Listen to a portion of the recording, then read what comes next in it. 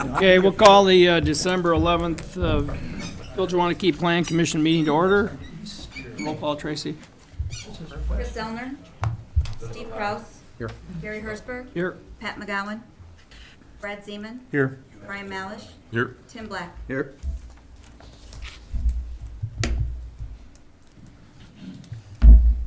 We don't have a chair tonight, so if somebody would like to make a motion.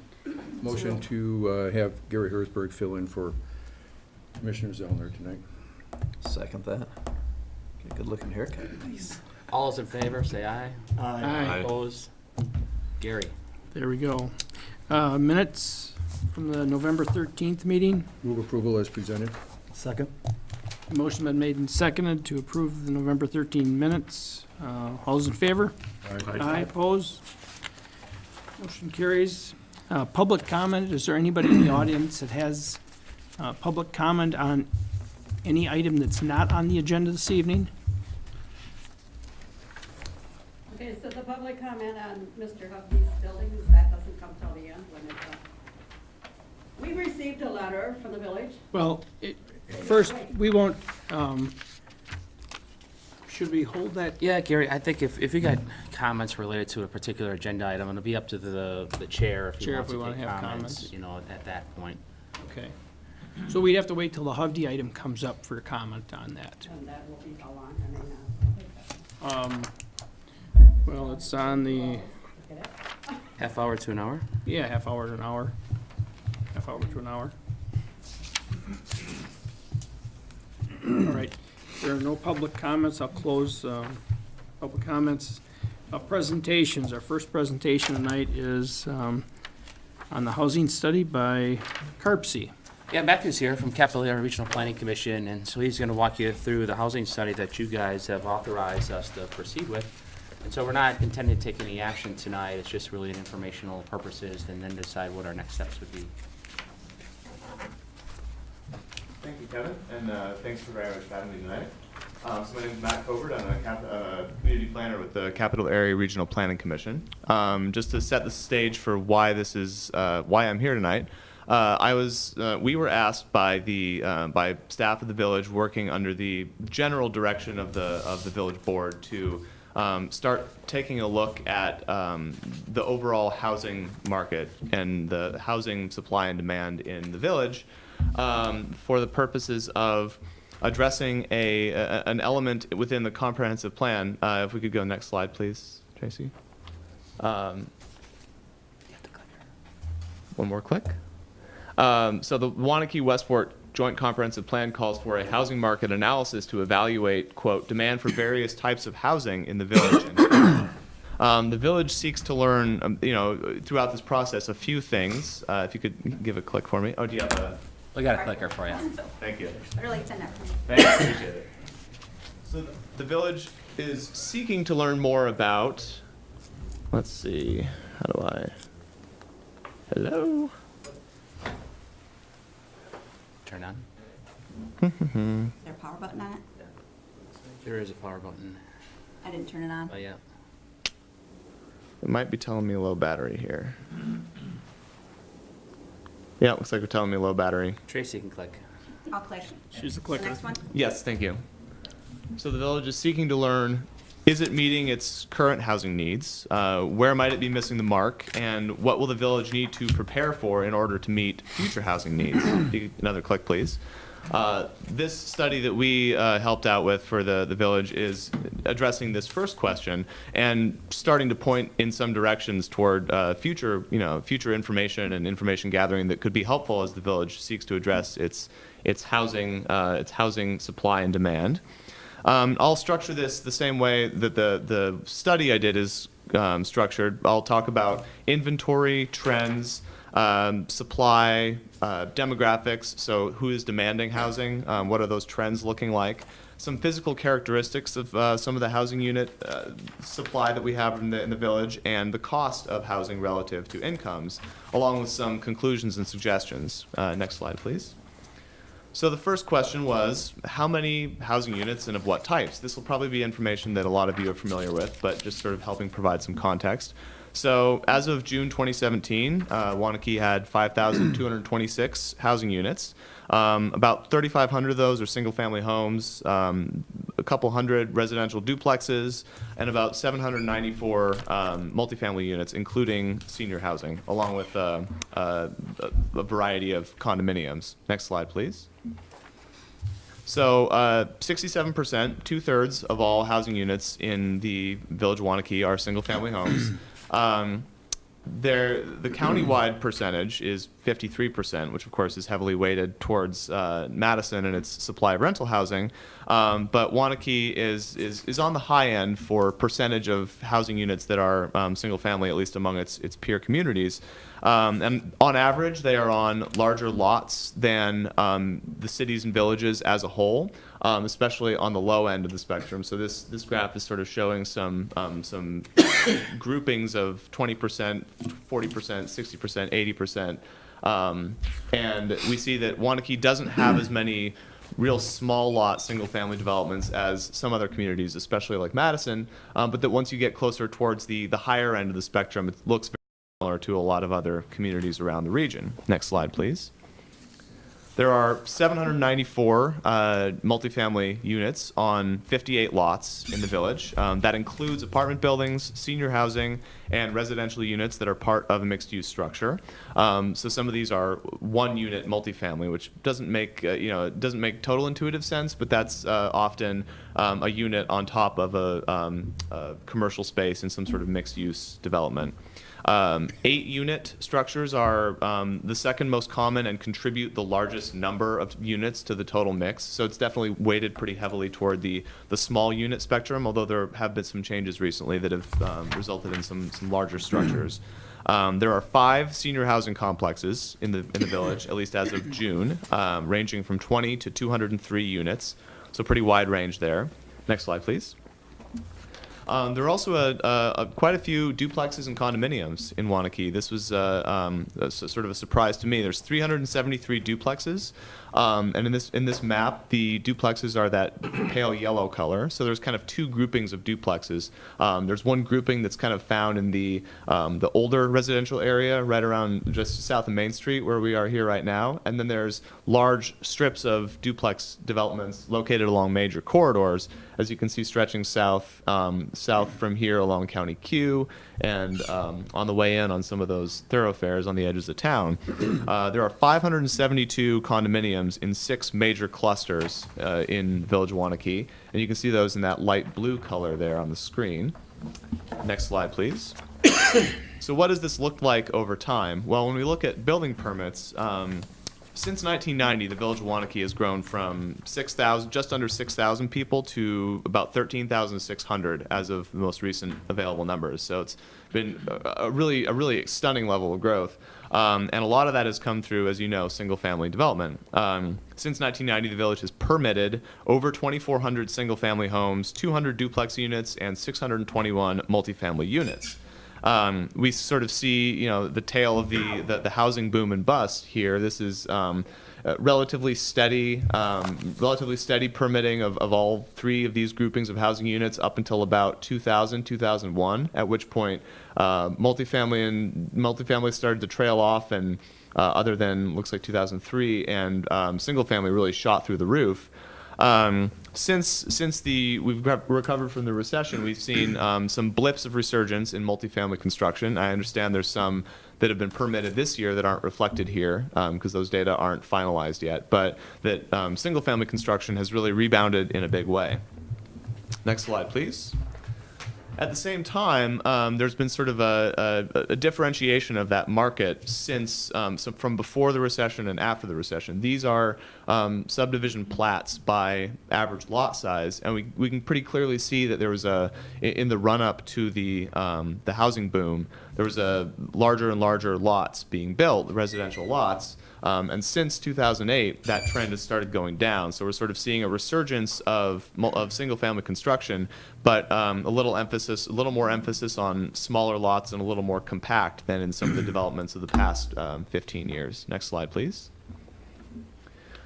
When we look at the change from, this is looking at 2000 now to 2015, which was the most recent census data we have for this particular measure, we see that single family and condominiums have increased their share significantly. All these types have increased in total number, but in terms of share of the total, so percent of total, single family has gone up significantly, as have condos, while duplex and multifamily have shrunk in their share of total supply in the village. And that's sort of representative of a lot of elements of the broader regional housing market, which is that multifamily construction has been increasingly concentrated in Madison and some of the surrounding communities, and then villages and towns that are a little further flung are tending to emphasize single-family construction. Next slide, please. So then on to the question of sort of the demand side, the other side of that coin. Who is living in Waunakee? Who is demanding housing in Waunakee? We looked at Waunakee compared to a bunch of peer communities, so DeForest, Oregon, Stoughton, Verona, and McFarland. We looked at some demographic factors and some household data, and we see that Waunakee's median age is pretty high, 38.6. It's the second highest of all the peer communities, but that it had a much greater percentage of residents under 18 than the other peer communities. So, Waunakee is often described as a community of families, and we see that compared to the county as a whole, there's a lot of middle-aged folks and a lot of people under 18 living in Waunakee. So that makes sense. Waunakee is 94% white, but when you look at how much populations of non-white groups have grown since 2000, it's been a pretty large percent change. The numbers aren't high numerically just yet, but the African American population in Waunakee grew fourfold. The Asian population grew threefold, and Latino or Hispanic folks more than doubled from 2000 to 2015. So we're seeing some numerically small but percentage-wise significant changes in the racial and ethnic makeup of Waunakee. Next slide, please. And what do those households tend to look like? Well, as I mentioned, given its age profile, we do see pretty large household size. So it's a little hard to see on here, but the first row is household size. The second row is median income for all households. The third row is family median income, and the last row is non-family median income. So we see that on these measures, which are sort of a pretty good indication of how much, what families look like and how much they can afford. We see that Waunakee has pretty large households on average and very high household and family incomes, but pretty middle of the pack compared to its peer communities as far as non-family households. So those are usually single or unmarried adults living alone, possibly with a roommate or a partner, but generally no children involved. And additionally, if we're looking at what types of units or how they occupy those units, about 75% of village households own the structure they live in. So it's really dominated by the ownership market. And that's actually fairly unique. The change in the last 15, 20 years, Waunakee is actually fairly unique. Most of these peer communities declined, the ownership share declined slightly over the past 15 years, meaning a slightly smaller share of total households owned in the most recent data compared to 2000. One of them had I don't think it's on here, but one of them had a very, very small, I think it was maybe McFarland, had a very, very small increase. Waunakee had a 9% increase in its ownership rate over the last 15 years. So pretty unique in the county as a whole, and unique among its peer group for the size of that change in ownership. Next slide, please. And those houses themselves have over time gotten larger.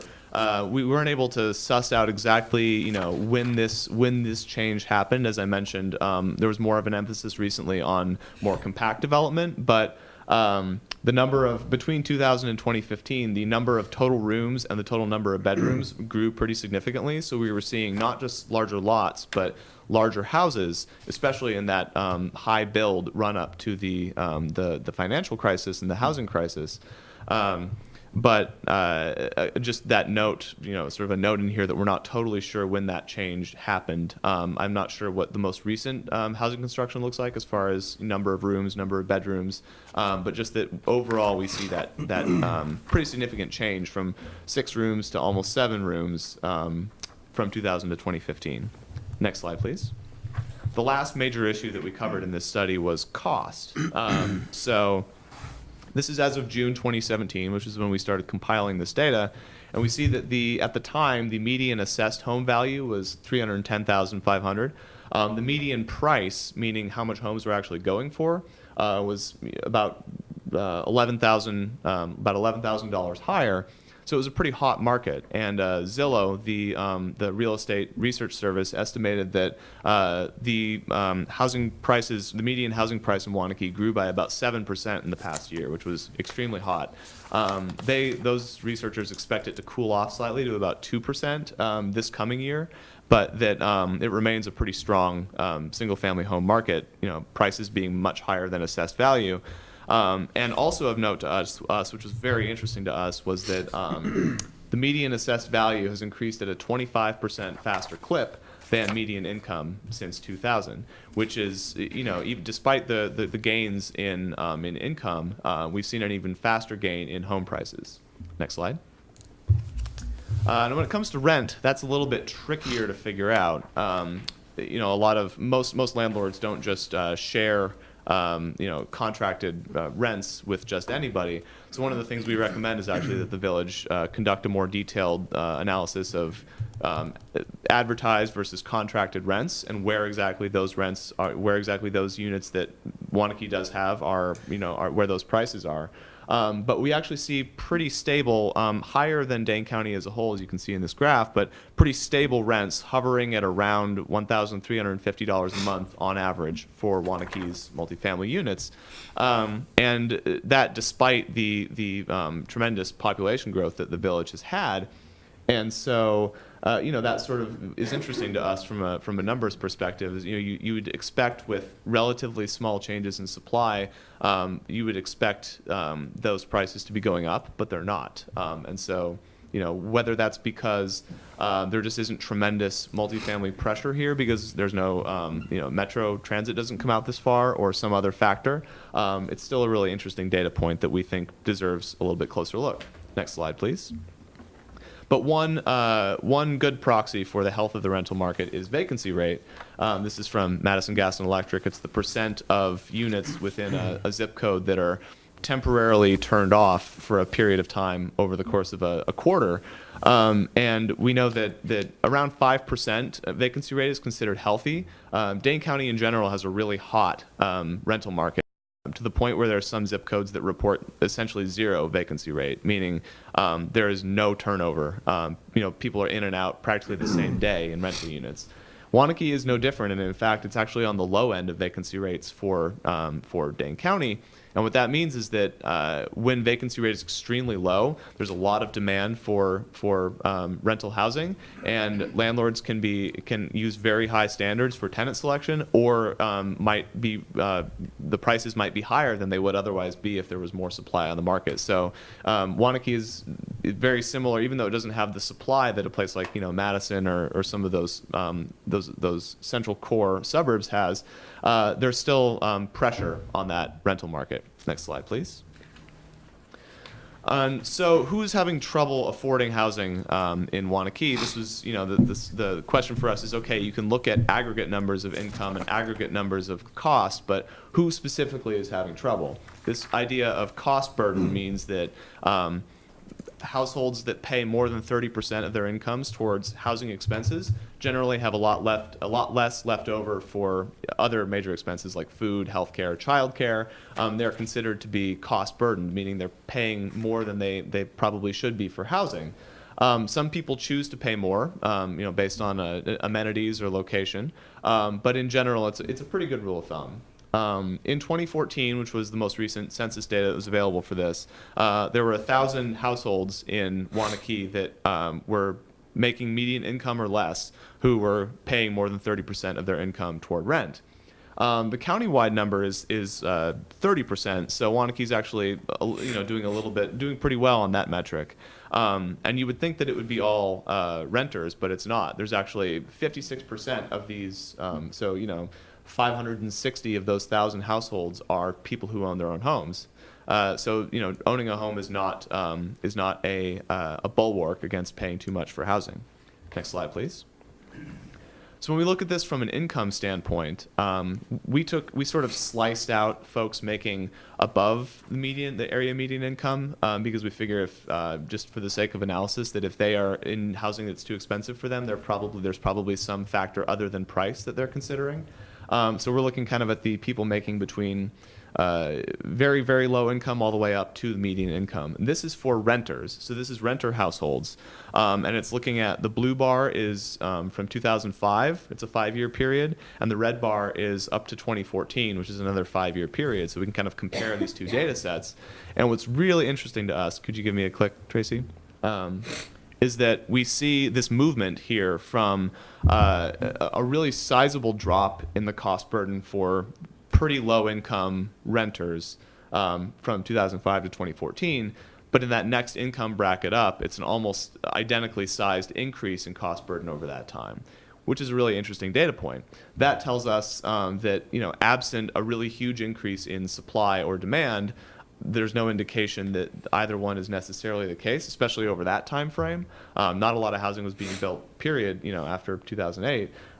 That suggests that incomes have gone up, but the housing available has not. So the folks who were in that income bracket of 30 to 50% of median income, they might be making a decent enough amount more money to jump into that next bracket, but there aren't options available to them to escape housing that they were already paying too much for. So that's kind of the most plausible explanation that we have for this. Next slide, please. This is for owners. So as I mentioned, owning a house it does not make you immune to paying too much for housing just because you have the means to own a house. As you can see, there's not, we don't expect to see a ton of people making less than 50% of the area median income who can afford to buy a home. There are a few, we see that those bars, there are, several dozen of these households in Waunakee that make a pretty low amount of money but still own the home they live in.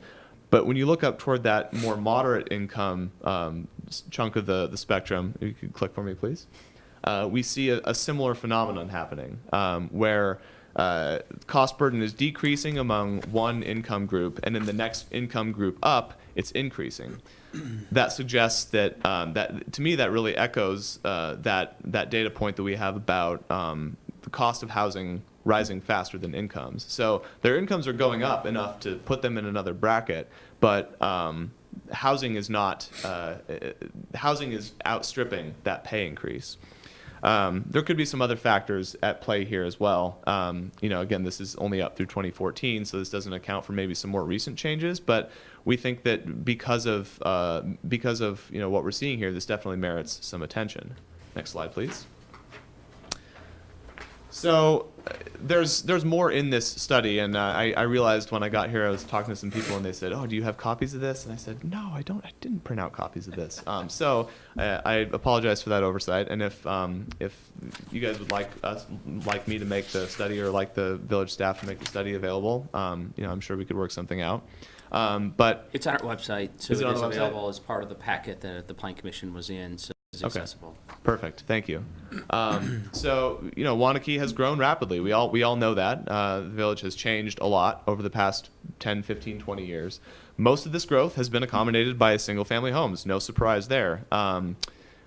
Demographically, it still looks a lot like it used to. Lots of families, large households, but a small but rapidly increasing population of people of different racial and ethnic groups.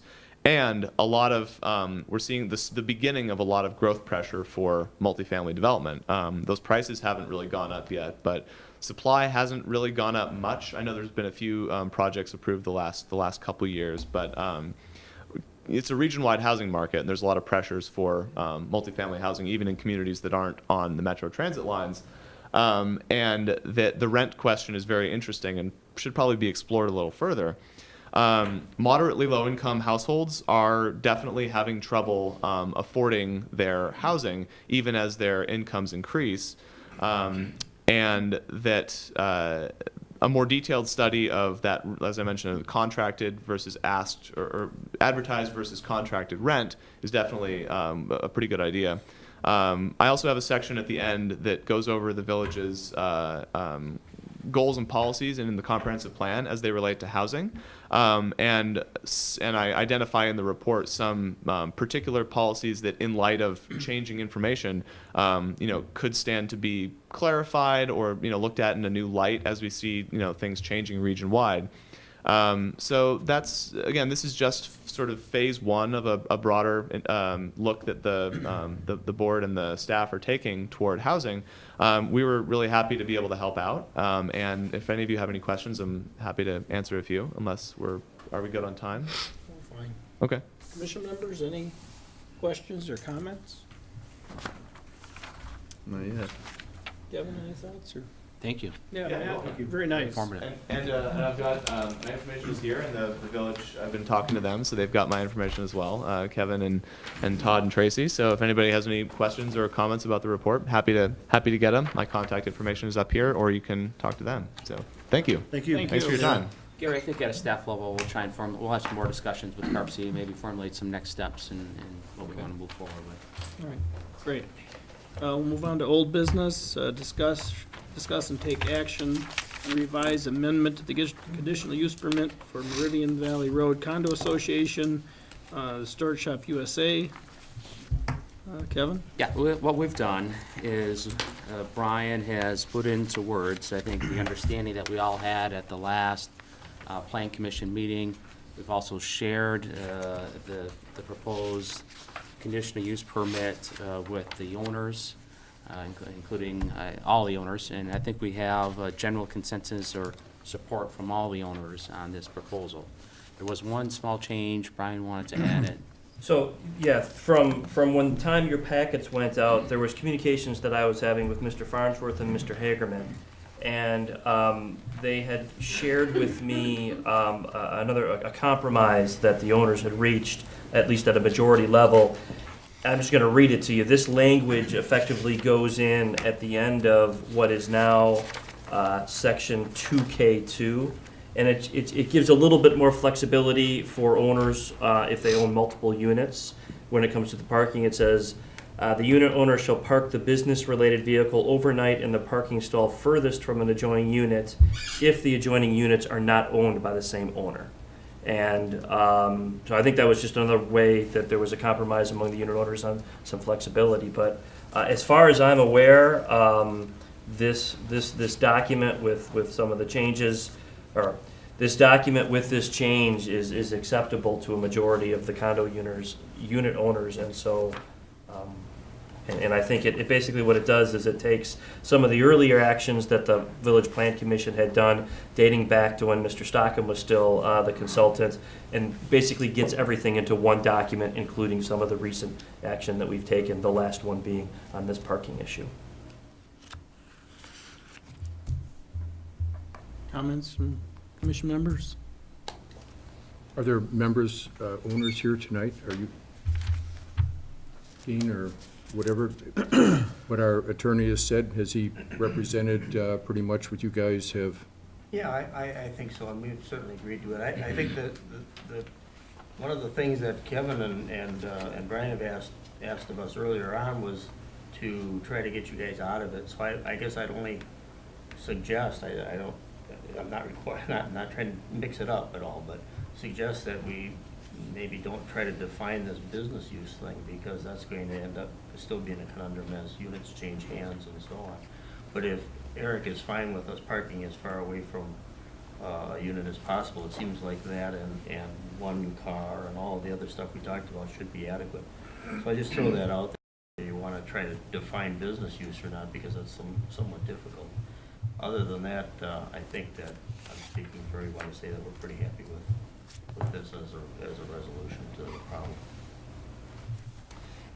So, so what was drafted was based in part on some discussions that Kevin and I had had, and also the discussion at the last plan commission meeting. And what we were trying to do is essentially take what is a unique property. I mean, there's no question that when this was initially approved, it was anticipated that there would be these small businesses within some of these units, but it's also storage. And so what we've wrestled with as we drafted this was, yeah, we think it maybe makes sense for somebody who's operating a commercial business in there to be able to have one vehicle park overnight, because that makes it a little bit more similar to, let's say, other commercial lots or commercial businesses. But we also have, for example, there's one other storage facility, I think, in the village, and we know that we have another one coming. And what we've told them is, if you are storage, you cannot park you cannot park anything outside. And so what we tried to do with this, and in a way limiting it to the business-related vehicle, is try to strike that balance between, well, on this particular property, we have both uses. And so that's from a staff level, that's the justification for identifying the business-related vehicle in the document. Oh, it makes sense to me. Yeah. So I'll move that we approve the revised CUP for this property. is there a second? I'll second it. A motion's been made and seconded to approve the storage shop amendment. All those in favor? Aye. Opposed? Motion passes. And we appreciate you guys working with the village and, bringing this thing to a close, so thank you very much. Yeah, thank you, man. We'll move on to new business. We have an initial consultation from T-Wall Enterprises on the redevelopment of the 200 block of West Main Street. Terrence is here and his team, I assume, to walk you through the initial concept for the 200 block of West Main Street for a multifamily project. We did meet at a staff level with President Zellner with some of his team, and so we gave some initial thoughts that I wanted you to get you guys thinking about some things that we were thinking at a staff level, and we've shared that with his team so they'd be able to try and answer some of those questions as they go through this. So with that, Terrence, I turn it over to you. Do I need to use the microphone? It's probably better so we Yeah, get it 'cause on recording. it doesn't, so it picks up at home. It just records, it doesn't amplify Yeah. for us. That's Yeah. what I was wondering. So how many of you had a chance to review our cover letter? I know you're very busy. Okay. So, I've been involved in Waunakee since I was a teen.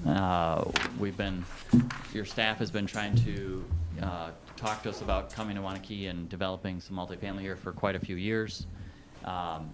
We think we've struck on the right combination now to proceed based on those discussions of doing a multifamily development on Main Street. One thing I just wanted to offer a few comments related to our development that go to this housing study that you just did. One advantage of having a multifamily development like this, which is a little bit larger than the typical 4-unit buildings, is that you get professional management with that. You get full-time on-site management, full-time on-site maintenance. You get quite a few amenities and features in the buildings, club rooms, game rooms, fitness centers, things like that. The quality of construction is significantly higher than you would find in small buildings. Also, the crime in professionally managed larger developments is basically almost zero if you look at statistics. If you look at neighborhoods in Madison where high crime exists, it's almost exclusively to neighborhoods that have 4-unit buildings and 8-unit buildings, or duplex neighborhoods. That's where they get the crime, and the reason is because of the lack of professional management. They don't do the background check, they don't do the credit check, all of which we do. So you get a much better quality of product, a much better quality of service with this type development, which Waunakee lacks right now. As you saw in the housing study, you're almost exclusively single family. There's a lot of people, we've been studying the multifamily and single family housing here for a long time, and there's a large need for some multifamily here to provide housing for workers right here in the community, whether it be in retail or in the industrial park. They shouldn't have to live elsewhere and commute into town. Also, multifamily is important because there's an empty nester crowd out there, the baby boomers who are retiring. They want to move out of their homes. They want to downsize. They might occupy a nice quality apartment, and then they're spending 6 months down south during the winter. They don't want to have a big house anymore. They want to be able to sell that house. So it's important also to capture young people, because statistics will show you that when you capture a person in an apartment, they will almost always want to build a house within close proximity of the neighborhood or in the neighborhood that they're already in with that apartment once they get to that point in their life where they want to have a house. Because they don't want to give up those relationships, their family, their friends, their coffee shop they go to. So if you have multifamily, you can capture young people in your community and then retain them here, and many of them will go on to purchasing or building single-family housing down the road. So that's a big factor, especially when you saw your percentage for people under age 18 here is huge for a community like Waunakee. And so you're going to lose those people because they're going to have to move out of the community because there's really very little multifamily here compared to other communities. So this, for all these reasons, it's the right time to build multifamily here. There is a huge need. We would like to develop a very high quality product. Newer product like this doesn't get to the affordable issue. It basically is the cost of construction has gone up significantly in housing of all types, especially since the hurricanes. We saw lumber go up 60%. But it will provide more housing. It will eventually cause other multifamily to upgrade and renovate and increase their quality as well. But just getting more units here will help you with the ability to capture people and the affordability issue. So we're proposing a development that is 3 separate buildings built over about a 6-year period. We do one about every 18 to 24 months. Joe Lee is our architect with Joe Lee Associates, and John Hepner's our development manager up there. You raise your hand.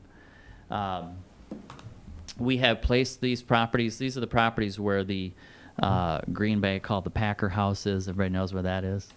So I hate to see that go, but that'd be gone. We do have the property in blue under contract also, but at this time we can't incorporate that into our development. That might be a separate retail development. We don't know yet. We're not going to worry about that right now. The properties in the middle we don't have under contract. We'd love to see those owners. They've talked about selling, but we're not going to pay an outrageous price to acquire them. We want to be fair to everybody in the same block. So phase 1 would be on Main Street. The front of that would be a very Main Street looking architecture. Joe will get to that in a minute. Phase 2 would be then the back corner here in orange, and then phase 3 in yellow in the rear corner.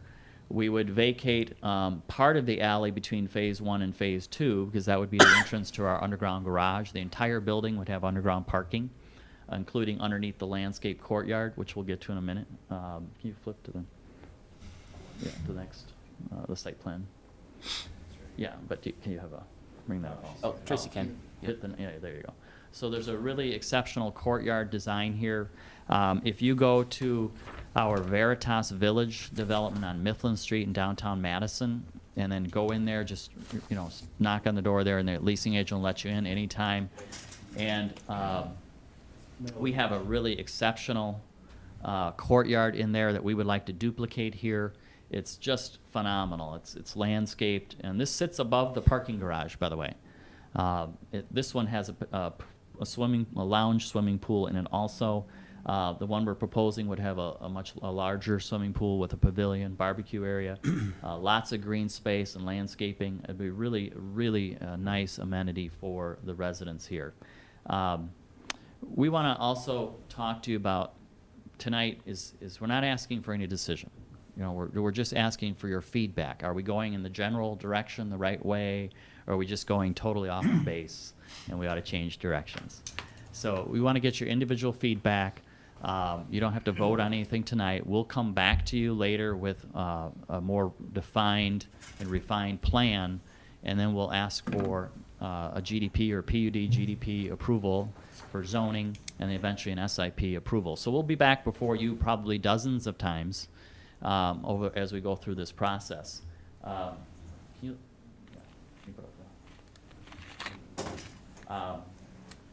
have Main Street here?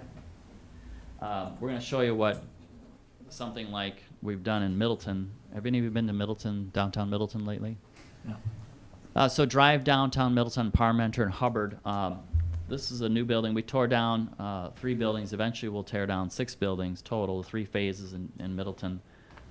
We put in a clock tower. It's mostly a 3-story development there, although there's a step back 4th floor you can't see from the street grade. And then there's buildings in the back that are 5 stories in Middleton, but you can't even tell that. So we built a very Main Street looking. We broke up the facade to look like individual buildings were built over 100 years, designed by different architects, built by different builders, and really it's one building. So we would envision something like that, storefronts on Main Street. We'd have one storefront to rent out. The other storefronts would be our fitness center, our community room, and our leasing office. So they'll be preoccupied. They won't be sitting there vacant. You have some vacant retail space on Main Street already. We don't want to add to that.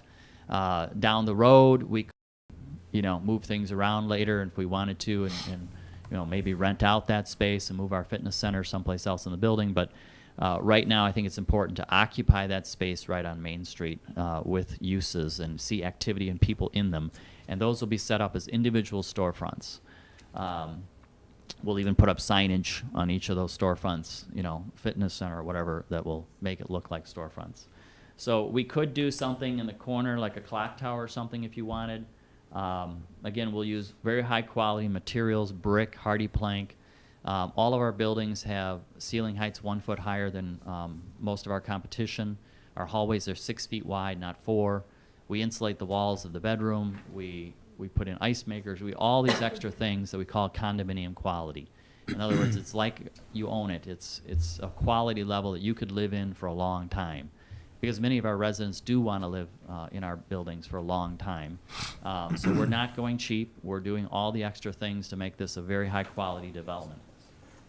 You can see here some of our swimming pools are really nice quality with hot tubs. Our fitness centers are top notch with lots of fitness equipment and yoga rooms. Our finishes, well, here, I'll go to this. Our community rooms, this one, our community rooms, very high quality with fireplaces. We have game rooms, so we have pool table, foosball, darts, and all of that. These rooms can be rented out for parties, birthday parties, and things like that. Our finishes, usually we'll offer 2 or 3 finish schemes that you can choose from. Coffee espresso or a cherry wood or kind of a black and a white finish like a London tube station. We have the white tile. Everything's stainless steel. The stoves are glass top. They're not those rings. Pull-out faucets on the sinks. These are all things that no one else typically offers. Very few developers offer those things. And we offer all that to make a very high-quality development. Our mini blinds are not aluminum. They're the fake wood slats. They're very nice. We have kitchen islands. We have mud rooms, which you typically won't find. Our studios are very popular because they're a separate bedroom. Even though it's a studio, you don't have your bed in the living room area. So those rent just like that. And I could see building a unit mix here that would be a lot of studios and 1 bedrooms, because I think that's what you need here. And then there'll be some 2 bedrooms also. But you have a lot of workers here who need housing. They're individuals, or maybe they're couples, but they don't have children. Typically, we'll have maybe 3% of our units will be occupied by families with children, and then they'll move out after a year to a house that they're building. So we don't typically have a lot of children.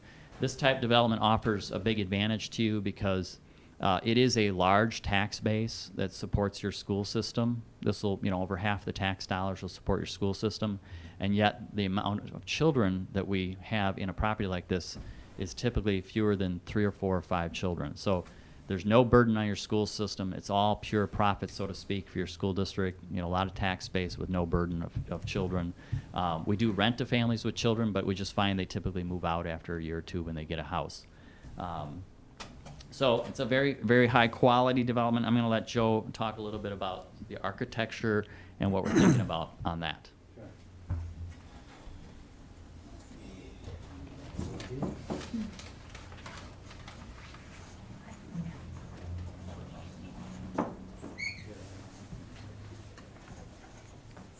All right, thanks, Terrence. Terrence covered quite a bit, so I'll just touch on what he didn't. yeah, we'll leave that site plan out. I just want the phase just really quickly. So, that's all right. So overall, like Terrence said, this is a multi-phase, multi-building project. So I'll go through the phases in a little more detail on what we want to accomplish architecturally. Terrence did a good job explaining the interior of the project, the so-called more private space or quasi-public, so it would be available for residents of the development. So I won't get into that, but I'll talk about the streetscape and how we envision the buildings might address the street and the public realm. So phase one is this reddish color here. So it involves the entire project will have underground parking, as Terrence had said, under the entire footprint, even out, extending out from the footprint of the building above, and accessed from the existing alley from Fish Street. We would go down and there'd be parking under this entire portion, so this entire portion down here. Like you said, above that is a roof deck, an occupied roof deck with amenities that would be available for the residents. Along Main Street in this phase one, this is the mixed use building. So along Main Street, we have more of this retail or commercial feel. So we'd have a 3-story presence on Main Street, and then additional story above that is set back. So from the street, it's much like this. So you have that 3-story presence. This is a good example of that. And this building does have a 4th floor or additional, but it's stepped back, and so the mass is minimized from the street. Architecturally, we do see this as more of a traditional style development, less contemporary aesthetics, and you will see some examples of that in a minute. But the streetscape on Main Street would be that of this, more commercial. As you turn the corner on West Street is where we want to start to transition into a more residential feel. And so West Street and 2nd Street and Fish Street will have more of that residential feel. So, yeah, there you go. Thank you.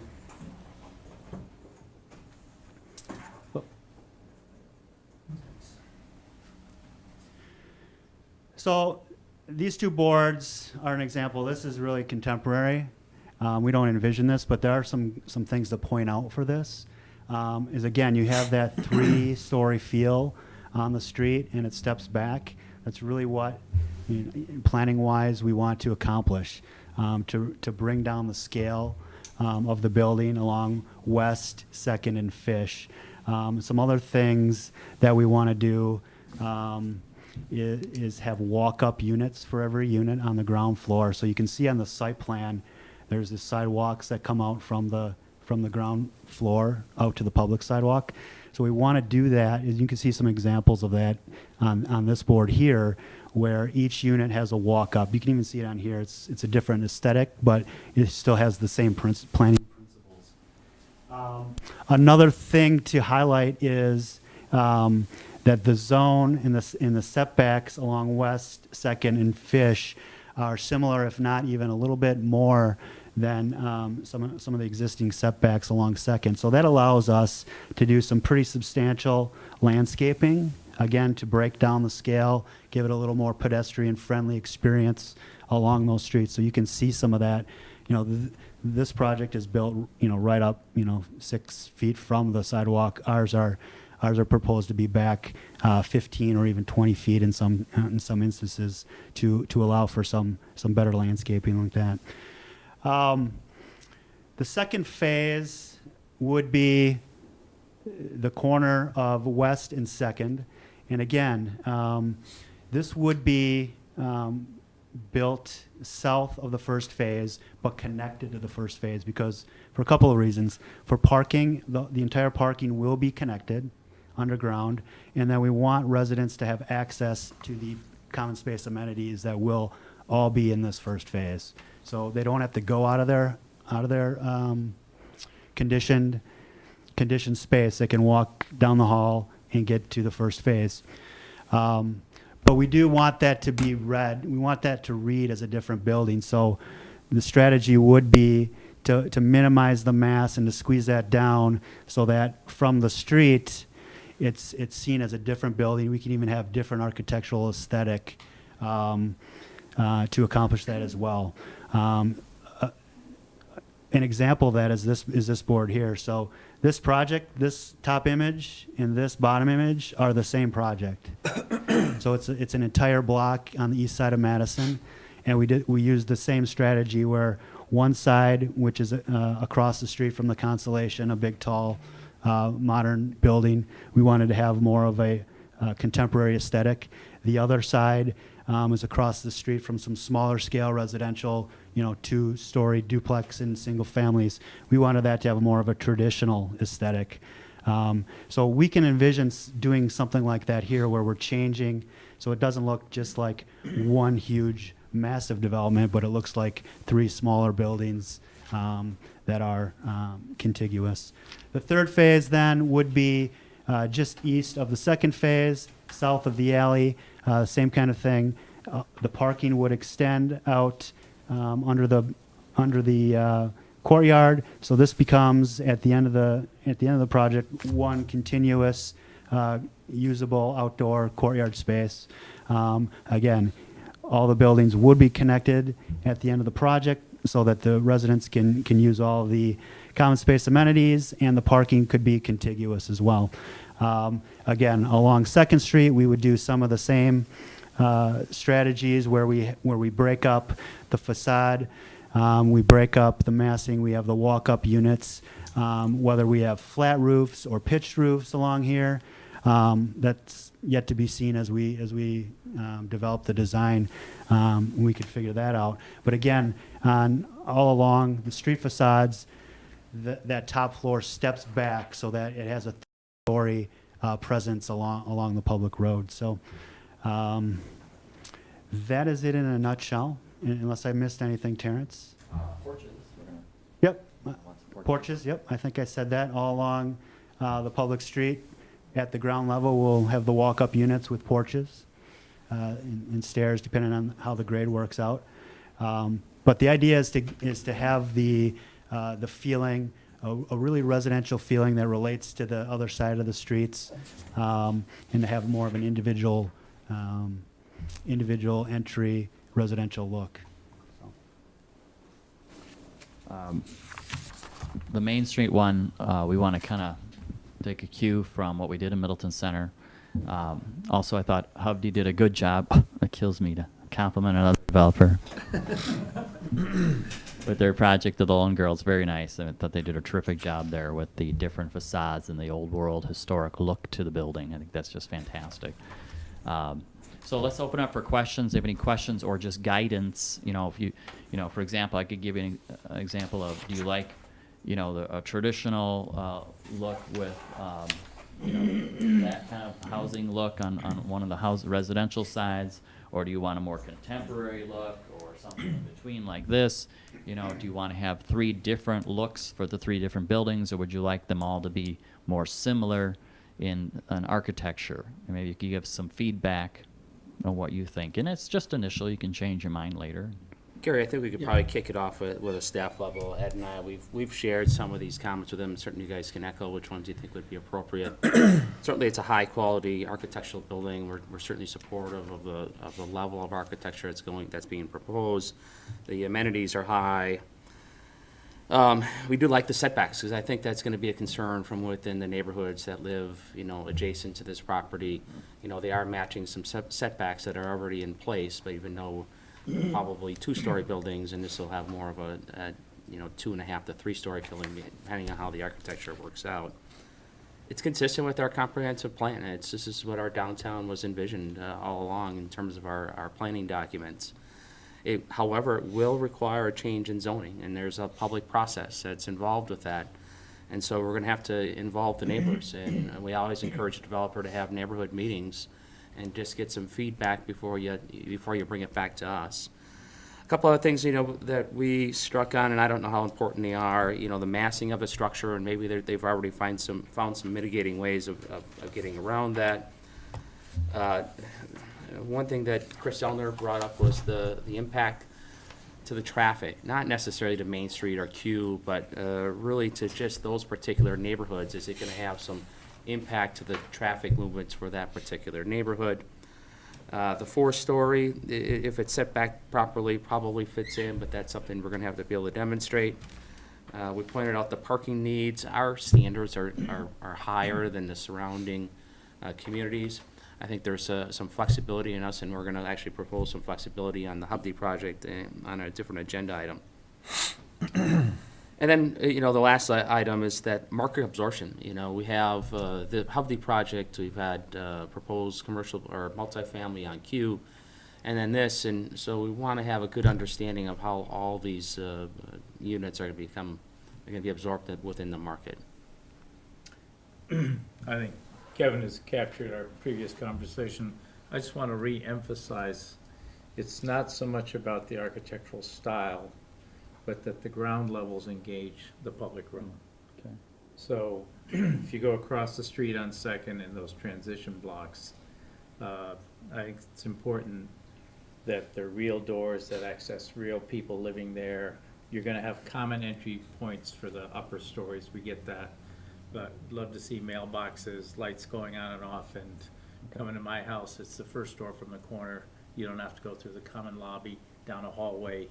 So I think it's important, that in itself is a major reflection of what's across the street. So those people looking out of their doors, see neighbors with doors that come out to the sidewalk. I think that's a really important aspect.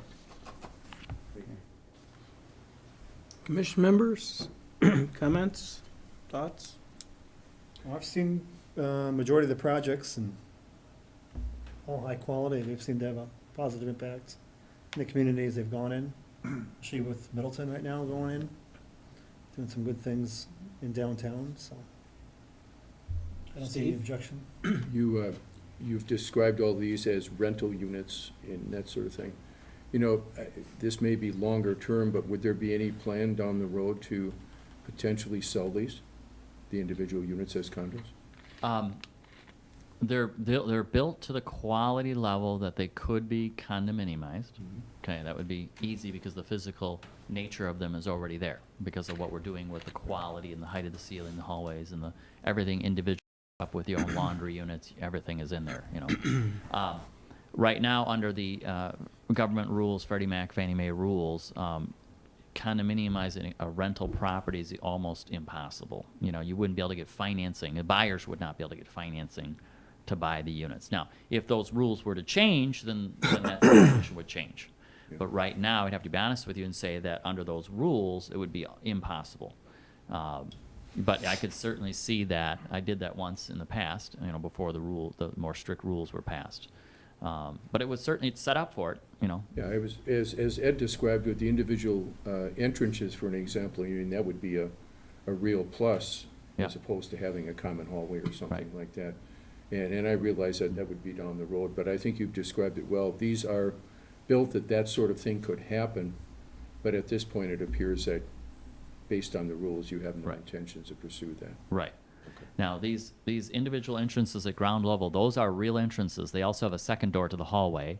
And in particular, those units are favored by people. We usually allow about 25% of our units to have pets. So those units are favored by people with pets, so they can walk right out their door with their dog rather than going through our hallway. And we actually encourage them to rent those units instead of an upper level unit. Right. Yeah. And we can add, we'll just be upfront with you, we can add mailboxes. They'll be fake, but the Postal Service requires us to have one central delivery point. But I love the idea of having, a mailbox there won't be used, but we'll put them in. I like that actually a lot. Note from your neighbors. Yeah. Exactly. Would you like something on the corner of some kind of architectural significance, a clock tower or something, or would you rather have that just sort of downplayed and not have anything there? Well, if you're counting noses on it, I wouldn't be in favor of that necessarily. I think it sets a different sort of tone or look to it. And Okay. it takes away a little bit from what Ed was talking about, where instead of blending into the single-family homes around you, all of a sudden now it becomes more of a commercial-looking sort of property. Okay. So if you're counting, Sure. I wouldn't be in favor of it. Okay. Yeah, don't do it as Yeah. a stage set. I think, leave it up to your architect to come up with something fantastic. Yeah. No pressure. Brian? I mean, I think I'm supportive of the idea. As it goes, I'd like to see maybe a little bit more on the massing side of it. But first takeaway, 4 stories just feels knee-jerk reaction. That's kind of large for a little 2-story neighborhood. I get the setback idea. Did you mention floor-to-floor heights at all? It's typically like 11 feet, but our floor to floor, our ceiling height, which is different, is a foot higher than almost all of our apartment competition out there. We like to go with the high ceilings, the wide hallways. Which is what? You know, almost 9 feet, isn't it? I was just tying it back to a massing and how tall ultimately, standing on the street looking up, what does that Right. feel like? Yeah. It's not, remember, a commercial building will have floor to floor 14, 3 feet more. So it's a much lower floor to floor height. So that's like my highest sensitivity at the moment. I mean, you guys do good work, you see it all over town, so I don't think there's any concern with that. I think the residential field definitely, the lower right, definitely reaches out, I think, to the residents in this community. So who is the tenant when you built your pro forma? Sure. Talk about who the tenant is. Sure. We know from all of our developments statistically that exactly 50% of our residents are age 29 and younger, and 50% range from age 30 and older, typically 30s, 40s, and 50s, a few 60s. Here we might get some more 60s and 70s. It depends on the product. At the Masters in Bishops Bay, we built a little larger footprint of a unit to attract empty nesters, people selling a home who wanted to move in and have more square footage, maybe a guest room for their adult child if they're visiting, but extra storage space. We do build storage rooms. We have indoor secured bicycle storage also. It's not just outdoors. And so, it depends on the demographic exactly, but it'll be singles, studios, 1s and 2s. As far as income levels, I can tell you that of all of our apartments around town, around the county, we have 50% of our residents are 60,000 and more income. 25% are 80,000 and higher income. So we tend to have more of a higher income renter at these properties because, again, the cost of construction is going up exponentially every year, especially after the hurricanes here. And you've got to get rents higher than what are in Waunakee right now in order for this to be feasible. But as far as the community, to help your overall community get more units, period, in terms of making housing more affordable and accessible to people who need it. But we're a market rate unit.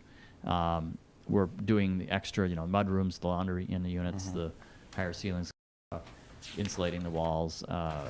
We use a gypcrete, it's a concrete floor with it's a rubberized mat for sound insulation between floors, which a lot of developments don't do, and a thicker LVT flooring, which others don't do. So those things cost more. So it's a little higher income renter. They have a nicer car. They want it in the garage. This will be a PUD, so we'll be writing our own parking code. PUD, we don't have to comply with any other of your ordinances. We write the code, and you decide if it's appropriate, and then you decide if you want to approve it or not. So we typically need a parking ratio of maybe 1.1 at most.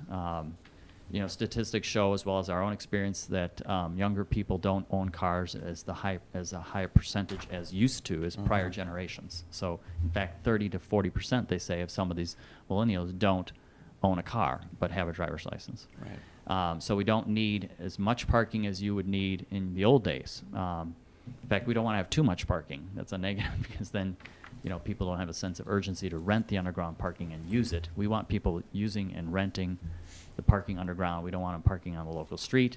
And we want it to be secured, So traffic count-wise, developments like this don't generate that much traffic.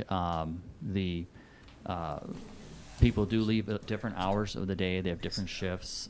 Somebody might leave at 7, others 7:30, some are quarter to 8, 8:30.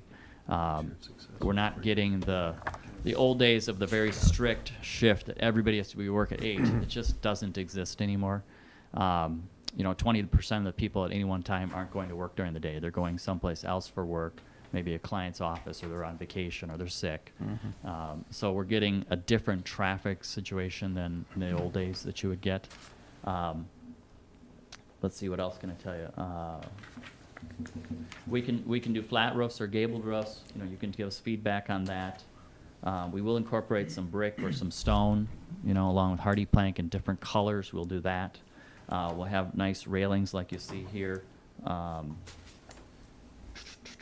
What else? What else would you want to know? Technology. Some people work at home. Yes. So we bring in AT&T and Charter, and they wire the whole building with Cat 5. I'm pretty sure that's unusual for most developments. There are just a few other developers that will do that. So we're all wired with the latest technology. Everyone gets their own Wi-Fi, of course. They sign up directly with Charter. All of our common area rooms, we provide Wi-Fi, high volume Wi-Fi, high capacity Wi-Fi. But we don't do it throughout the whole building because they just, 1 or 2 people would usurp all the capacity. So you have to get your own, sign up for your own, Charter, that sort of thing. Typically, most of the residents just use their cell phones. Very few people are getting landline phones anymore. Security is a huge thing for us in terms of technology. We have a camera on every single door, including the garage door, as well as multiple cameras throughout the interior, like all the common areas, the pool area, the underground parking. And all of those cameras record, all of that's recorded digitally for between a 2 and a 4 week period and retained for that period of time. I can literally look at every camera on my phone, and I can see with real time what's going on at the property with my phone. So we have actually solved crimes from some of our office buildings once when West Madison Police couldn't catch these criminals, and they ended up breaking into a car at one of our office properties, and we got it all on camera and gave it to the police, and they went and arrested the people. So we have very high security. It's all key fob access, so we know exactly who's coming, who's going, because it's recording the key fob number. And you have a hard key for your door, your individual apartment door. But it's, we try to use all the latest, greatest technology within the building. Thank you. That's great. My comments, I like the idea of the project.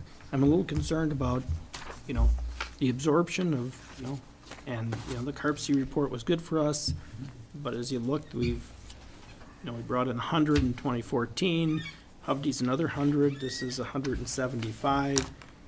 You guys know this market better than we do. We need to understand, how we want to grow, but, so I have some concerns there. The scaling in residential, 4 stories seems a little concerning to me. And traffic, we've had daycares open up in that area, and a room full of people concerned about traffic, about a daycare. So I encourage you, like Kevin said, to make sure you meet with the neighbors, set up some meetings, and really start, talking about this project. I think we need to do our homework on the pure scale and this absorption rate, if that's where we want to be. So, otherwise, you got a proven track record, great design, so I just encourage you to work with the neighbors before you come back in here. Yes, we really have a good track record of working with the neighbors. But to be fair and forewarn you, we will not be able to please everyone. I can tell you right now, there will be at least 2 or 3 people who will be against this no matter what. No matter what we did for them or what design we changed or what we improved upon, they will still oppose it. That will happen. But the question is, can we address some of their concerns? And the answer is usually we have found yes, we can address their concerns. Not every concern and not every neighbor, but we can do a lot of good things, and we have shown a success record with working with people, holding neighborhood meetings where we have probably one of the best track records in that sense.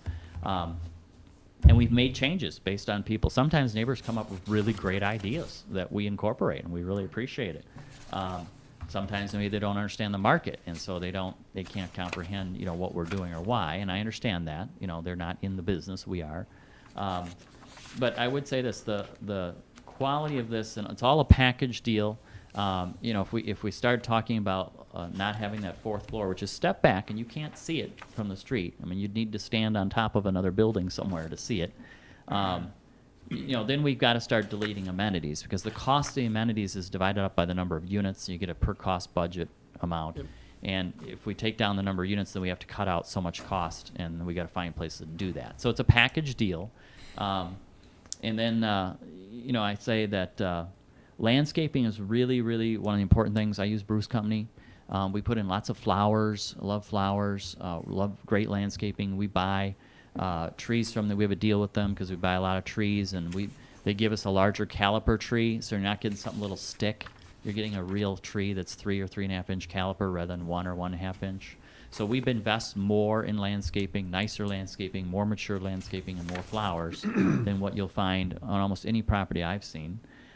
So that's really important to us. That courtyard will be a phenomenal thing, and the community could use that courtyard too. If there's some kind of community event you wanted to borrow that courtyard, we've done that, where we let the neighborhood association or some kind of community or charity organization use it for a fundraiser or some kind of community event. So we like to engage in the community. Our on-site resident manager, with this number of units, we can afford to have a full-time on-site manager and leasing agent, plus a part-time leasing agent. So we'll be able to have, if there's a problem, you know who to go to. We're right down the road here. Plus, there'll be someone on site you can talk to. The village can talk to. We're not an absentee, out-of-state landlord.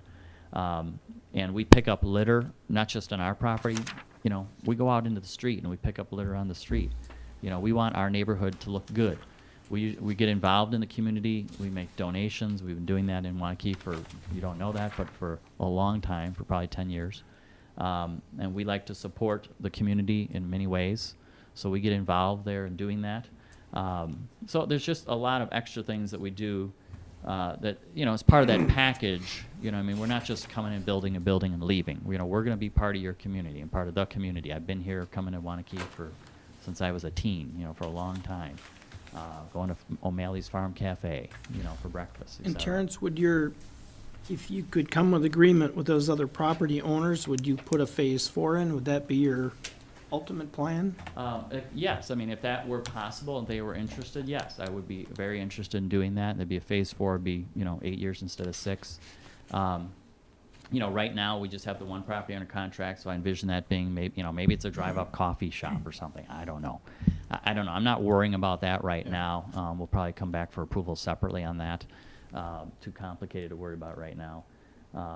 It would be great to get them, you know, to come on board, but I understand if they don't want to. I mean, they did talk about selling. They had set a price and then later changed the price on us and made it higher. And our broker Vicky's here and has been talking with many of them, and the neighbors here, the property owners have been terrific. They've been fantastic to work with, and Vicky's been a huge help in working with them. We're trying to keep them informed as the process.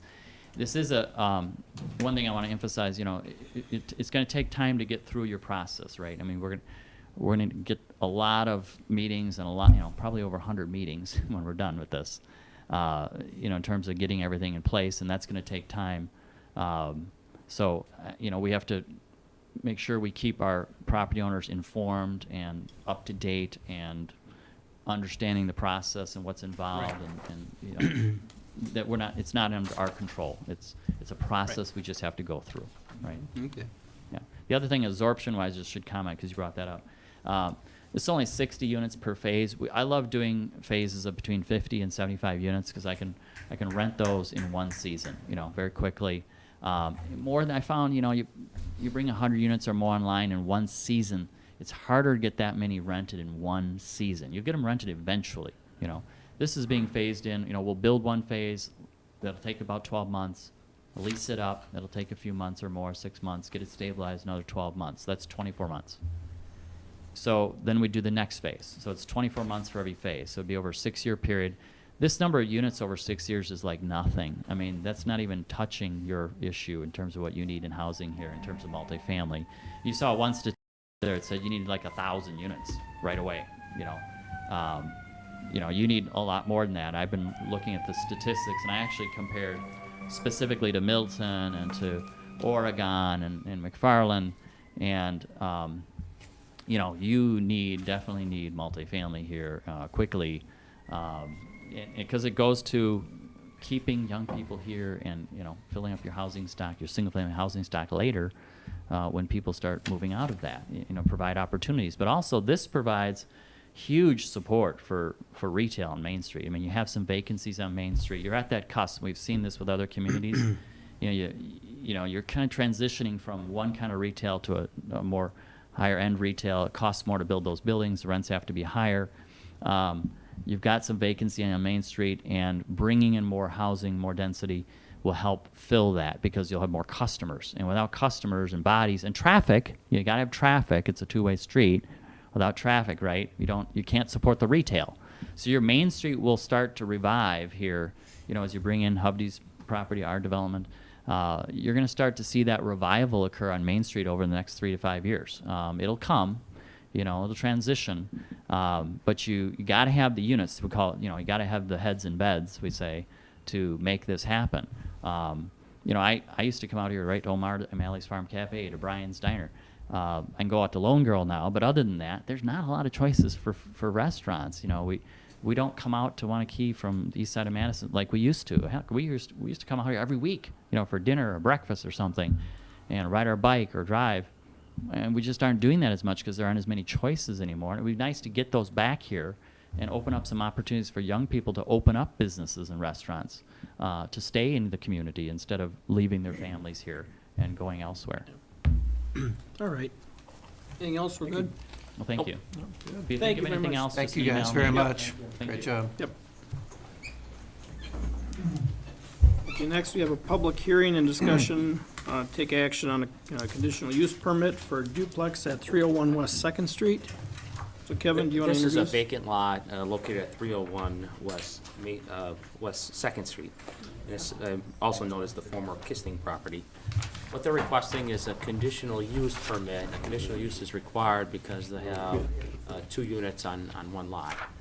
I think it is a little bit typical in terms of having some multifamily, some 2 units on a number of the lots in the downtown area, even though they're more the typical 2-story flat. Staff is pretty supportive. This will require an area variance from the Board of Appeals. We scheduled that after this meeting. I think they're going to want to know what the Plan Commission has granted the conditional use before they move forward. So a condition of the conditional use permit is for them to obtain an area variance, because they technically require 12,000 square feet for 6,000 per dwelling unit, so they need 12,000. And the lot's 10,890, so they're about 9% short. So with that, Gary, I think we can open up the public hearing and Yes. take comments. Okay, I'll open the public hearing. Is there anybody in the room that has comments?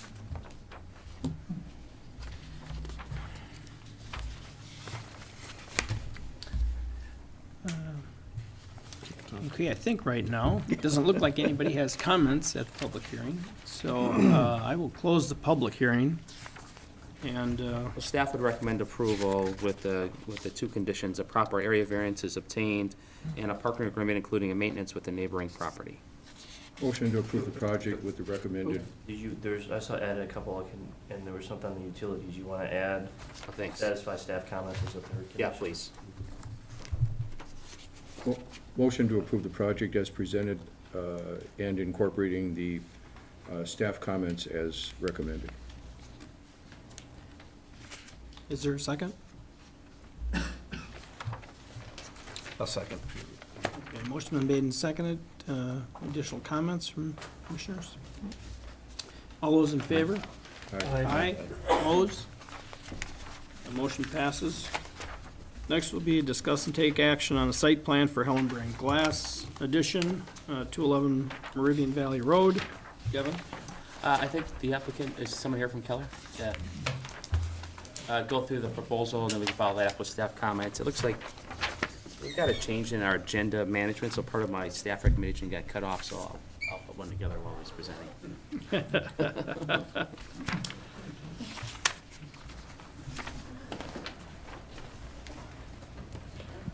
Okay, good evening, my name is Devin Winter, from Excel Engineering, working with Keller on the Helen Brand Glass project. What this project entails is 11,000 square foot building, addition on the west side of that current facility. There will be a net increase of 12 parking stalls on the west side of their existing building. Yeah, like I said, the addition, the proposed building will be just over 7,000 square feet with an alternate for another about 4,000 square feet on the north side of that. A net 16 parking stalls will be proposed on the west side of the addition. They are removing some parking stalls, so there will be a net of 10 parking stalls with this project. The entire project with what will be disturbed is going to be less than an acre. We've obtained erosion control approval from Dane County. As far as stormwater management goes, it all goes to the regional facility, where we are allowed up to 72% impervious surface. With this proposed project, including the proposed building, the alternate, and actually the future building to the south, we're only at 60% impervious. So all stormwater is accounted for. Landscaping will match the existing that is out there. No new utilities to the building will be proposed or are proposed. That'll all be served internally. Other than that, it's just an addition to the west side of the building, just to increase their square footage of the building, so. We have some pretty limited staff comments. The parking is, you know, I think if you looked at Kent's memo, it might be 1 or 2 spots short. We think there's adequate room on the site that if they need to add additional parking, they can certainly do that. There's no sense requiring the additional parking lot unless they demonstrate that they don't have room on a regular basis.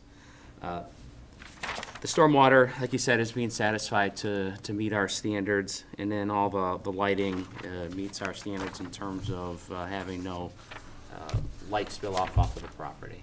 So with that, staff would recommend approval with the condition that all staff comments are addressed to the satisfaction of the village engineer. Commission members? Comments at all? Straightforward. Pretty straightforward. Yep. Good. Meeting all their needs. Yep, looks good. Suspension is good. Motion to approve the site plan for Hellebrand Glass, addition 211, Morvan Valley Road, with administrative assistance from the village planner, Kevin and his team. Is there a second? Second? Okay, motion been made and seconded. All those in favor? Aye. Opposed? Motion passes. Next, we have a public hearing and discussion, take action on a site plan, CSM, and conditional use permit for the Hovde project on 203 East Main Street. Mike, are you guys in a position to give a very brief overview? Yeah, we can do that. I know you've seen this project a number of times in the past, but since there's a public hearing, if they could just walk us through the project over a couple minutes, and then we can open up the public hearing. Right. No clock towers. Good evening. I'm Mike Slavish with Hovde Properties. We appreciate the opportunity to be here for final consideration on the part of the Planning Commission. I'm going to let Jeff Davis with Angus Young talk through our design concepts. I'm not going to go through a lot of the history that we talked about last time, but just a couple of changes from when we met last time in October. I think at that point, a lot of the buildings were still on site. There was a request of Planning Commission staff, some of the village board members, that we move quickly to get those down. Obviously, those are down now, and you've probably seen the fencing up that's there. I'm not sure it's better than what it was before, but things have certainly changed there. The other change that I think is reflected in your notes and comments from staff that was a change from last time is the need for additional parking that we've tried to address by working with the village, and that is adding, it looks to be about 66 stalls, which would be on a lot that's owned by the city at the northeast corner of Cross Street and Madison. And we don't necessarily have an exhibit for that. Kevin, I don't know if you did. I don't have the library. Well, I might. We might have it. We'll see if we can pull it up. But, and I know it is a part of Yep. the staff comments and recommendations, which I think you've seen. So clearly, we're here to answer any questions that you have.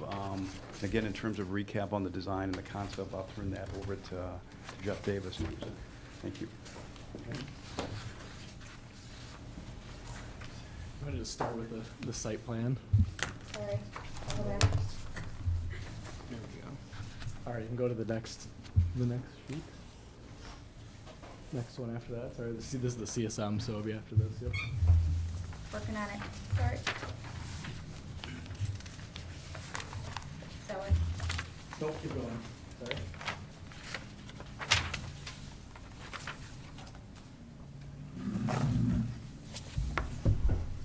Does that work? More. Yep, it's going to be No. a bigger drawing, so Yeah. keep going. I'll finish that. It's mixed in. It's later. Is it later? Yeah. Okay. After hang the on. elevation. Working on it.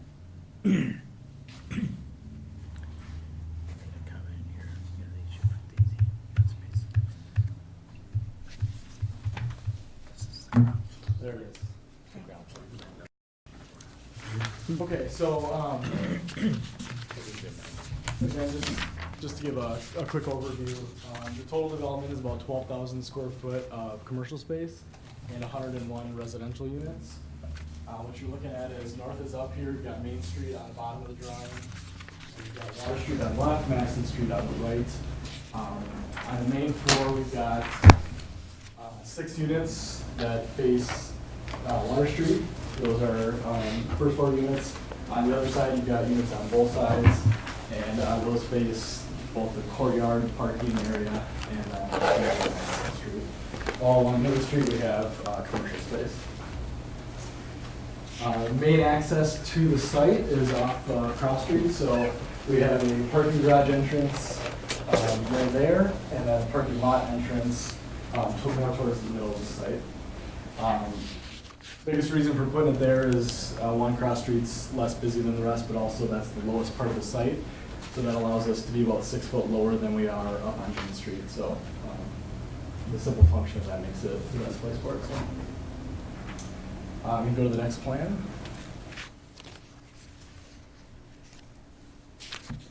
I'm sorry, keep going, a few more. A101 I'm looking for.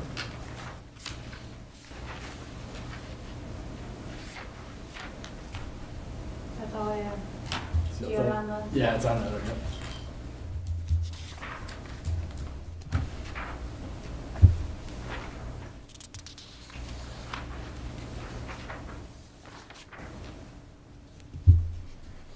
It didn't like it.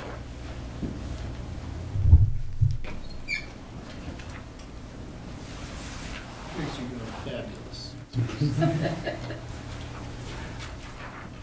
know what happened. Well, I can keep going a little bit too long. She's pulling it up, but so the development is essentially a 3-story development. We have commercial and units on the first level. Second and third story are all residential. That's where you get the total of the 101. There's a small, about 4,600 square foot 4-story area that's a community room, and then that has access to a rooftop patio and an area for the residents. Which file? The one that says art drawings is perfect. That one, yep. All right.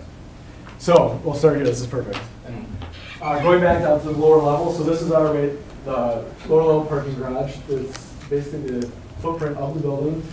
One entrance off Cross Street, as I mentioned, is at the top, and there's 110 parking stalls in the lower level. So other things down there, we have some additional moped and motorcycle parking, storage units for the residents, the dog wash station, and then 2 elevator access up to the upper floors. We go to the next one. So again, this is the little overview of the first floor. Commercial space, we have our main resident lobby off of Main Street. So in there, you're going to have little resident lounge, the leasing office.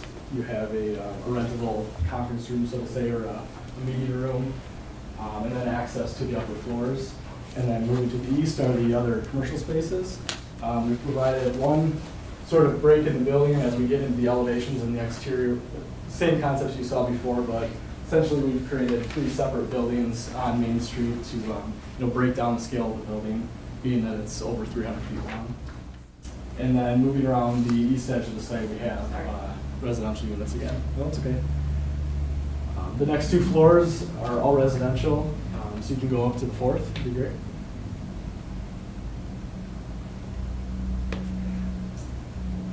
All right, so this portion right here is the 4th level space that we talked about. This is as part of our proposal. That is the section that is over the limit, the allowable 45 feet above grade. So that is the piece that we're asking for approval to extend past that 45 feet. Adjacent to that is this entire space is accessible rooftops, so that's going to have different amenities like grilling stations and gas fire pits, landscaping, outdoor furniture, things like that. So basically a really nice amenity for all the residents. And if you want to just go to the renderings, those are around the Your ways. I will. jump drive?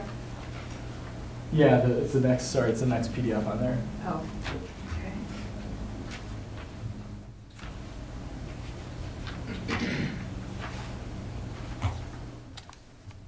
And I'll go through this pretty quickly because the architecture hasn't changed since the last time I looked at it. So this is a view basically if you're standing inside Village Crossing right now. This is the corner of Water and Main Street. So again, we started on the corner. It's got a little bit more of an industrial feel, big open divided light windows. And then as we move to the east, the building breaks down into a little bit smaller facades. But again, keeping that first level as sort of your solid retail, scales broken down as you'd see in your traditional with the first level podium style. So. Let's keep scrolling through. So this is a view looking at the main entrance of the apartment. So the space between these 2 buildings, so to say, is the entrance to your resident lobby. And then you've got, again, apartments up above. Keep going. So this is a view looking to the northwest. So this would be standing sort of at the Quick Trip corner. And again, this is where I talked a little bit about, we've got a mixture of different bricks, composite panel, the facades start to break down a little bit more. And as the building turns the corner, you see a little bit more of the composite panel and a little bit more of the residential feel. And that's where you have the walk-up units that are out to the street. Just a view from the extended cross street into the parking courtyard. And this is another view from your entrance to the parking looking to the south. Get inside the courtyard and so the residents this would be the west side of the east wing, so they're going to have little, I shouldn't say little because they're actually quite large, but they'll have patios that will be fenced in, so essentially they can have their own private little outdoor area. And this, when we did that image, those patios have grown quite a bit since we did those. They're actually a lot more spaces than expected years too. So this is standing from the proposed library expansion parking lot, so looking to the southwest at our site. So this is where the right side is where Cross Street would extend through our site.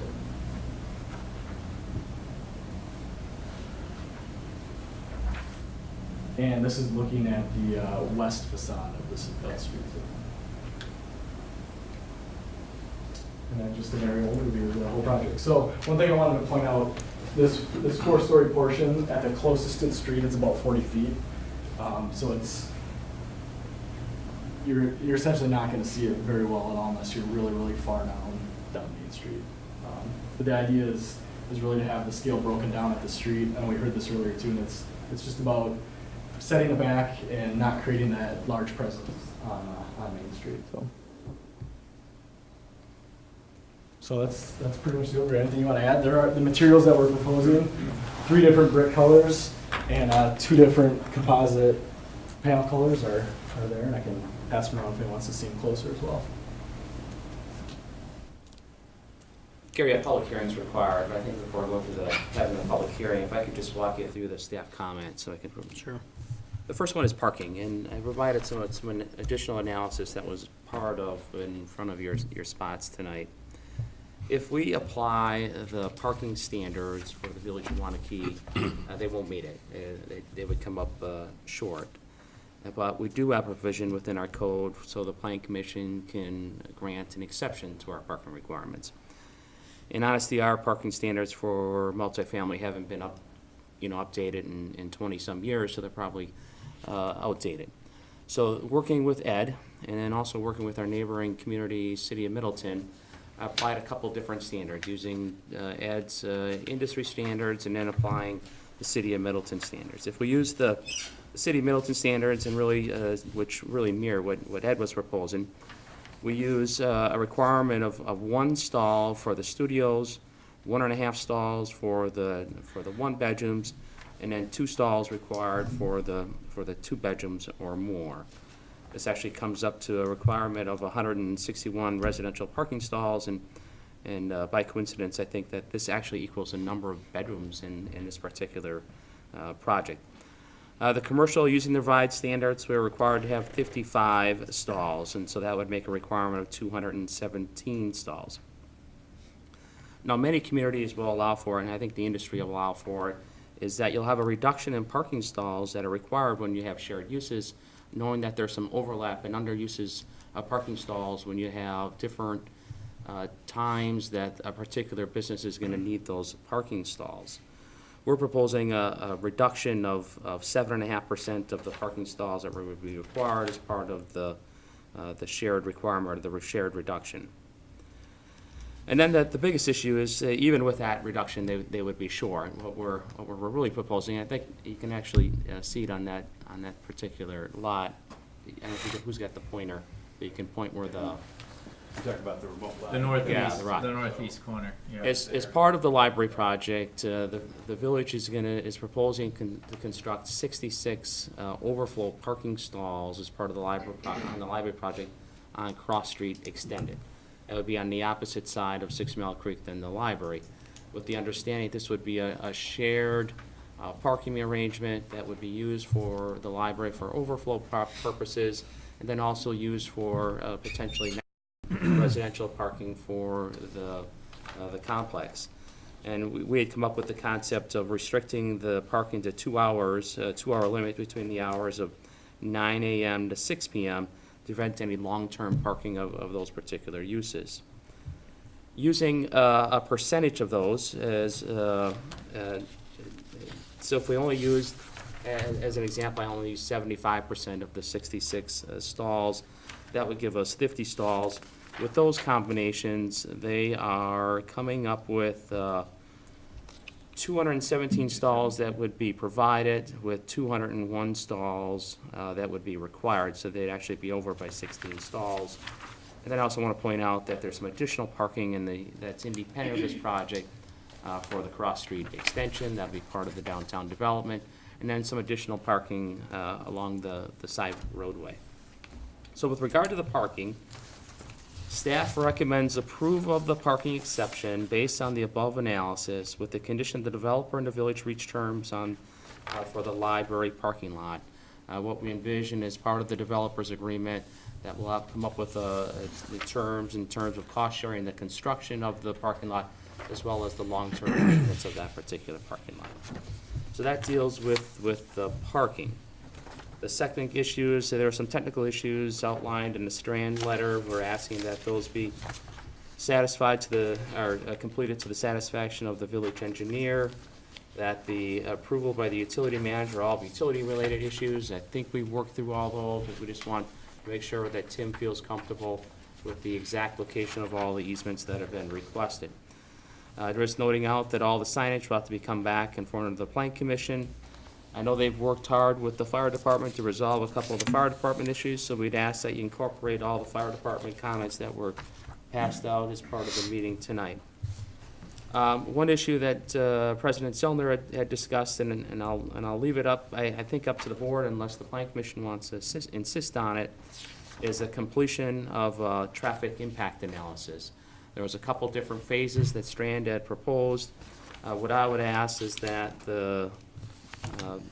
I would ask that the Plan Commission defer to the village board to finalize the the TIA requirements, and unless the Planning Commission feels otherwise. And then also just noting that the conditional use is for the height that's gonna be in excess of the C1D zoning, that's allowed, and then for any first floor residential.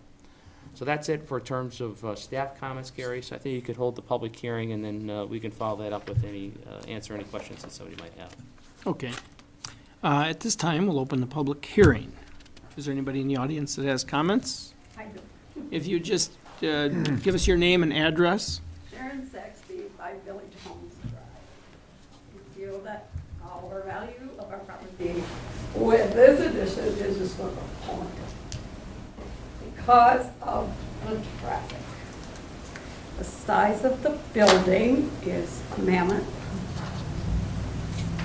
You know, and we are just not thrilled about the whole thing to begin with. And I understand we're 55 and over, but we do pay property taxes. I feel extremely bad for the assisted living place. I mean, if you got an assisted living place, do you really want all this traffic down there? You know, it's such a peaceful part, and we, as residents of Village Homes, have put up with that Huffbrow House, or whatever that building, and all of that trash that's gone on there that we have tried to work with. So why didn't they try to do something with that rather than, you know, I don't regret progress, but to put up 4, it's so beautiful right now. When they tore down those houses, it was just like open space. We've got no open space off of Main Street in Waunakee anymore because it's all this. And I just feel that we just didn't get a chance to put any input into this. And I know we don't count, but we don't care for all that traffic. Cross Street, will it ever go through? I mean, is that Quonset hut ever going to be purchased? Is any of that ever going to be done? Nobody knows? I think when she completes her comments, I can Yes. follow it up. Right. Okay, but, you know, it's, right now, like I said, we put up trash. Oh, gross. Now we have to, because I don't think this is going to increase the value of our properties at all. Because it's too much. All right, thanks, Sharon. And you know what, we do have public hearings, you know, throughout this process, so hopefully there's been opportunities, and This was the only one we got notified of. This was the only public hearing. the only public hearing, okay. Yeah, because this is, you guys were very kind and sent us all letters. So we were notified of it. The only notification of any public hearing that we got at all. I mean, as far as all of this, and when I look at this tonight, I'm thinking, massive, oh my God. Do I have to drive by this every time to go to my, and I love where I live because my condo backs up to 6 Mile Creek. And I know how the village feels about that conservancy down there. We, as the condo association, has paid big bucks to do those trees, which do not belong to us, but the village wouldn't do anything. The village just doesn't care about that conservancy. That's okay. We don't care. But this, to me, and all of the people around, you know, we're 55 and over. We don't really, how we're going to get out of this, if you put this building up, well, how are we going to get up these streets when you have, what did you say, how many parking spots? 60 parking spots? 200. 200. And we're supposed to get out of our little driveway and compete with all of this traffic. I just think it's overwhelming. But I know, that's okay. No, I don't thank voice you, my Sharon. opinion. No, we appreciate your time and your opinion. But just a couple of quick comments on that. Yes. Certainly appreciate, that this was the only notice. We certainly haven't tried to keep this a secret. This has been in the Waunakee Tribune, I think, on a regular basis, and always been included on part of our notices that are published within the newspapers. As to the Huffbrow House, that went through foreclosure, and it's currently for sale. And I know Todd's cooperating with the listing agent and trying to find a home. It doesn't look like it can be salvaged, and at some point it'll have to be redeveloped. As far as Cross Street, we intend is, regardless of this project, we've always intended for Cross Street to be extended in order to relieve some of the traffic impacts that for village Well, homes. now with the new library, yes, it's feasible. So that the Cross Street will be extended in order to provide a safe way for those residents that get over to Madison Street to get to the signalized intersection in order to get out properly. There will not be a stop and go light or anything out onto Madison Street. I mean, we're gonna put up with this 200 with stop signs. Is that what you're saying? A right turn, on Cross Street on the Madison's a very reasonable turn. You wouldn't expect to have a signalized intersection for that. It's too close to the other one, too. It's too close to Main. Right. Well, it's perfectly fine now, but if you're gonna add 200 cars, And part of that, Sharon, is our earlier developer talked about, things have changed in how people access work and work at home, and you don't have this, it's kind of a come and go throughout the day process. It's not a mad rush to get out of the building to be at work at 8 o'clock anymore. People go in early, late, Work from throughout the home. day, so. All right, any other comments? so there's nothing. That's okay. I just thought All right, no, thank you. That's my opinion, because, like I said, I think our property value is well plummet in village homes. Because, we're 55 and over, we're duplexes, they're beautiful, but part of it is because of the serenity of where we live, the peacefulness. So, I don't know, we're just not happy. Thank you. I will talk to Eric Hubby myself, one of these days. I happen to know him. With that, I'll close the public hearing. Commissioners, any comments? I have a couple unrelated questions. I'm going to start first with, I'm interested in the commercial space and maybe the space studies that you've done on what you would like to see there and anticipate and that sort of thing. And the reason I'm asking is that, as you know, we have some vacancies on Main Street now, and they've been there for a little while. And now you'll be, of course, adding some more to that, not tomorrow, but coming up relatively soon. So could you share with us a little bit on how you see this filling up, and with the fact that we currently have empty spaces there now? Sure. Well, I think the best indicator of that has really kind of been the experience that we've had at Village Crossing, which, to kind of put things in perspective, I think Jeff mentioned it's about a little over 12,000 square feet of retail space on that ground floor on Main Street.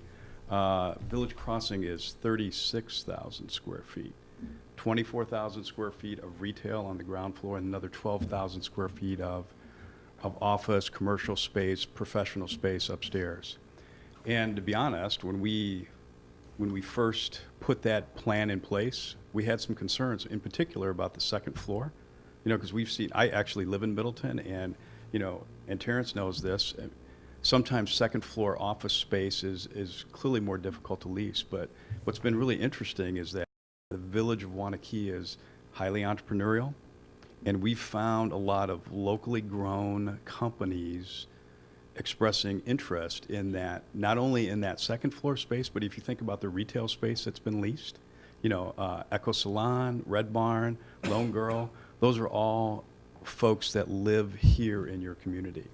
And we do have interest right now on some of the rest of the space. We have 2 restaurant groups that are looking at the old, what we call Building B, which is the old Cultus Lumber building. And it clearly has some challenges because it's a really old structure, and beefing up that to accommodate current codes. But then we have 2 users there's a fitness facility and actually a coffee roaster retailer that's looking for the far east end of the building with the drive-through. So if those materialize, the building will be full. So we think that's a good sign. It was a little slow going, as you may have seen. You guys see that here. But we found that, people, obviously you're in a high growth mode here in the village of Waunakee, and retailers are finally now starting to pay attention. So we think to that question about this 12,000 square feet. We think by the time this comes online, we'll have Village Crossing full, and we will hopefully continue with that momentum and see more good uses, here on Main Street. Thank you. Mhm. Then Kevin, a comment, or I guess a question for you, regarding the 66 across the street. Up to this point, up until this discussion of developing that lot, we've talked about this as being a potential overflow for the library. But in the cost of the library and putting all of this together, we haven't really set a date on when that lot would be done, where we get the money for it, that sort of thing. Is this sort of accelerating it to the point now where, in order to make this work, we need that 66 for this project? We would need the 66 in order to make this project work. It's been designed. There's a cost estimate of there about $200,000. They're bidding it as an alternate. We'll have to come to terms on how we cost share that with Hovde in terms of the construction of that. And we still have some additional negotiations with Hovde in terms of the developer's agreement on the entire project. We'll incorporate that as part of it. Yeah. In your staff comments here, the last sentence you talked on number 1, are we going to, if it's the will of the commission, are we going to withhold the parking exception decision for tonight? No, I would, since we've spent some more time on this, I would change number 1 to this.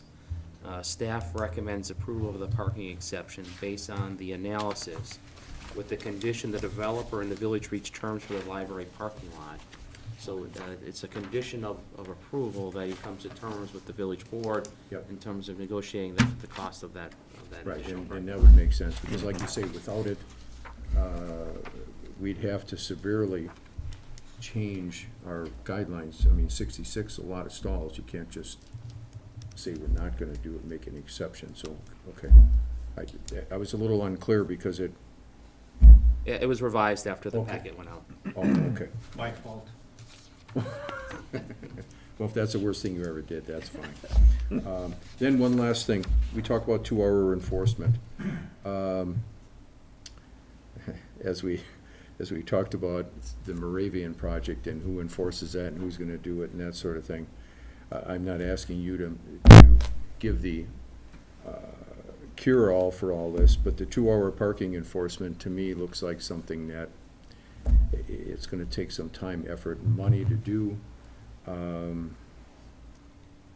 I like the restriction, and like you say, there's multiple uses for that lot based on what the demand is, and the demand changes all the time. The lot is never gonna, likely not ever to be filled, and sometimes it's gonna be almost completely empty, and it's just gonna ebb and flow all day and night long. I get that, that's a good use for that. But the 2-hour thing, I don't have any idea how we would either enforce that or We do now. I'd say our police department does enforce. We have a number of spots in the downtown that are restricted to 1 hour and 2-hour parking, and they do enforce it. I mean, they're not we don't have an active parking enforcement personnel, but we do based on complaints. So it's not that we don't enforce it now, and so I think if it's functioning and it's working, we won't need to enforce it, but if it starts to have problems, then we'll start marking tires, which is what they do. Okay. Brad, any comments? No, just worry about the care and upkeep, and I'm sure you'll be working through that with, in the library, and make sure that they work together. What's the timing of the library parking lot coincide with That was an alternative. this project? Yeah, we'll have to come to terms with that, but that would start as part of the library project, which they anticipate in the spring. Well, and because where it's located, depending upon what the terms are, who's gonna pay it, it's really a separate project. It could start anytime, and it's not really gonna interfere with the library itself. South of the creek. Right, yeah, exactly, it's on the other side, so. Brian? I don't think we have anything else at this point. Good. Tim, any comments? Yeah, Brian has. No, Steve asked my comment, that was retail. I think you adequately explained it, and obviously you wouldn't be investing if you didn't think there was a future there, so I get it. So Brian, now your turn. I think that goes back to the talk we had earlier as well, is more More beds, more heads, more action. Mhm. Easier it is to draw that retail in here. Right, for so. sure. All right. Go ahead, Brian. So I just wanted to confirm a couple of things. First, like looking at the agenda cover page, you have an issue summary.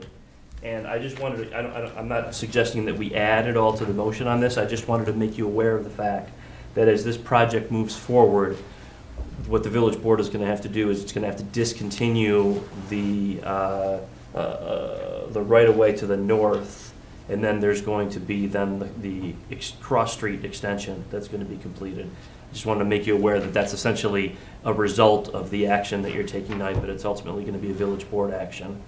And then just so that my understanding is what Kevin has said is when you look at the approval with conditions, it's going to be parking resolution per the December 11th email that Tracy had sent out to a number of folks, because Kevin had within that document, the last paragraph, essentially, approval with this analysis, but then conditioned upon reaching the agreement on the library lots.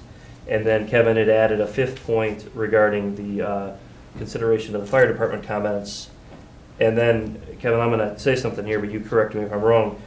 The motion that we're making is approval of the site plan with the conditions identified. NCU. Yeah, approval of the conditional use permit allowing the height per the proposal. The exception to the parking is already contained in your conditions, so I don't think that you need that as part of your motion. But are we also recommending approval of the certified survey map to the Correct. village board? So you're going to be approval of the site plan with the conditions identified, approval of the conditional use permit to allow the height as proposed, and then recommending approval of the certified survey map to the village board, if you're inclined to move forward. You got all that? All inclusive? Kevin? Yeah. Good for you. I'll make that as a motion, because we can still have more discussion on it if we I'll get a get it second. tomorrow. Second? Okay, motion's been made and seconded. Any further comments? All those in favor? Aye. Opposed? Motion passes. Mike, thank you very much. Appreciate your time. Thank you, guys. Next, we have the Waunakee Westport Joint Planning Commission items for action. We have a public hearing and discussion to take action on a CSM and rezone County RH-1 to Village SR4 and ER-1 at 4850 Autumn Leaf Court in the town of Westport. It's on page 140, and there was actually a memo that Tom put together. I think the short of it is that it really doesn't have any impact on the village, and we would defer to the West Board. Unless you see something that we should be worried about. Right. Yeah. And then the, number 2, we're gonna have initial consult on a used car sales. I know we had asked them to put together a site plan to go with that, so I don't have any comments until I think we hear from the applicant. And then the third item is the changes to the code changes and the bulk rezoning of the age certification. As a reminder, I see that one. That's an agenda item, isn't it? I'm talking about, what about agenda item number 5? Yeah, number 5 is missing. No, Yeah, we don't have I it. don't have a phone. Do you have a number 5? Rosanna? I do, but I got this fax to me. so- Yeah, she's got the, So that's a public, is that a that's public You've got the hearing? updated one. yes, okay, thank you. we have one more agenda item we have to get on the flip side. Sorry. Sorry, we have new agenda management software and it's That's all right. More Here we user-friendly go. supposedly. Yeah. Well, 5 and number 3 actually go together, so I can talk about those simultaneously. Yes. so. So we're gonna talk about a new business item, which is the public hearing and discussion to take action on the ordinance to repeal and recreate the village code relating to agricultural preservation zoning and farmland preservation tax credits. So in order for our property owners that are in the town of Westport that received the farmland preservation credit, we're required to make some changes to our zoning code. And Tom and I have been working on this, and Tracy and Julie helped, and somewhat Brian, over the last year and a half in order to make this in compliance with the agricultural department. And we think we finally have had the resolution in terms of meeting the requirements. And really, there's two factors that go along with it. Tom explains it better than I do, but Brian, I know you're maybe can help, you can fill in the gaps here. The first one is that for them to get the farm line credit, we have to have this zoning classification that restricts the activities that can go on in these areas. And then in that area, at least 80% of those properties that are zoned that have to actually be farming activities. Well, in the town, in like the Mary Lake neighborhood, you probably didn't realize it, I'm sure that the property owners that live there don't know it, their properties are actually zoned ag. And so there's a number of single-family residential properties that are zoned ag, and they're just a normal subdivision lot, but that's just the way it was done. This is more of a cleanup in terms of getting us up to that 80%, where 80% of the land that's zoned this agriculture is actually being farmed, so we gotta remove the ones that aren't. And then the ag department's asked for a couple changes in our ag zoning ordinance, which we are complying with. Yes, so Kevin pretty much captured it. We have essentially two things. One, we have language in our ordinance. And so within the last 18 months, the village of Waunakee amended its zoning code to, based on comments that and I'm just gonna call them the state agency, but it's the Wisconsin Department of Agricultural Trade and Consumer Protection. We modified our exclusive ag to the village board, and the village board is gonna act on this next Monday to amend our zoning ordinance. And I think that that's kind of ministerial. I mean, there's really no big issue that's happening there. The second step is the one that Kevin talked about, where if you were to look at all of the land that is in exclusive ag, that's in the extraterritorial planning area or the extraterritorial zoning jurisdiction, there's a lot of land that's zoned for that purpose but isn't used for that purpose. It looks to me like, based on the proposed zoning amendments, that includes like the town hall. It includes some residential subdivisions or small subdivisions. So basically, what the village board is gonna be asked to do is rezone those properties from exclusive ag now, which they're not used for that purpose, to a zoning classification that meets what they're being used as, and also corresponds with the joint comprehensive plan that the village and the town recently adopted.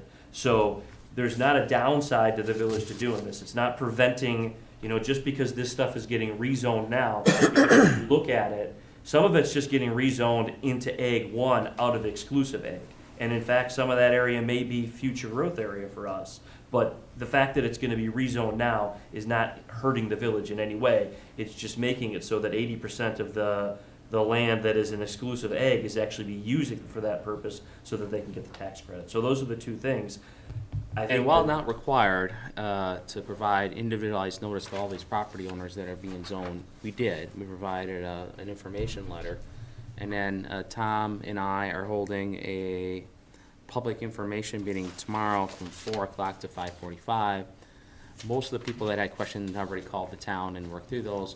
But just in case people still have questions, we said, well, we'd be there for an hour and 45 minutes prior to the meeting so we can answer any questions, trying to reduce the amount of people that show up at the public hearing. Okay. So that's all those items, in fact. And so we do need to, we would ask that you make a recommendation on the, there was a resolution that was prepared. Packet. It's on the back. Is the resolution in your packet? I thought it was On the page back. 113. Oh, is it? It's on the Okay. back of the, So that got into it, but not the agenda. no, that says there's no action.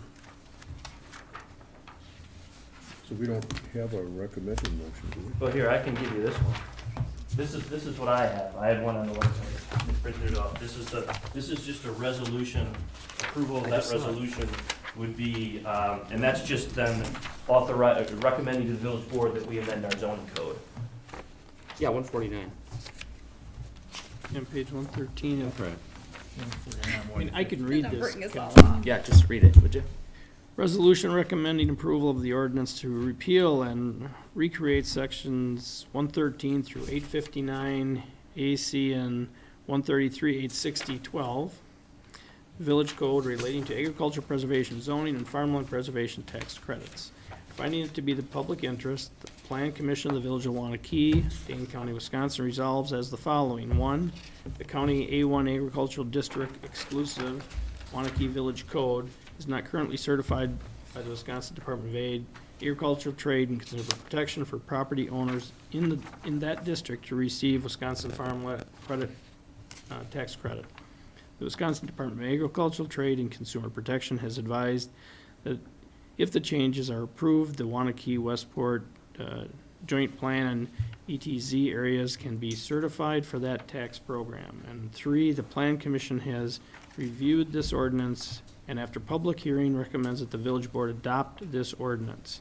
The foregoing resolution was duly adopted by the Village of Waunakee Plan Commission, at this meeting. Yes, it is a public hearing, so we have to open it. Yeah, we need to You're gonna have go to over. So I think we've kind of explained it, but now we would. We didn't have a public hearing. Yes, I will open a public meeting, Hearing. public hearing for comments. I Is found there the anybody in the resolution. audience? Now that you've read it, I found it. Great. There's maps too, if you wanna look at the maps.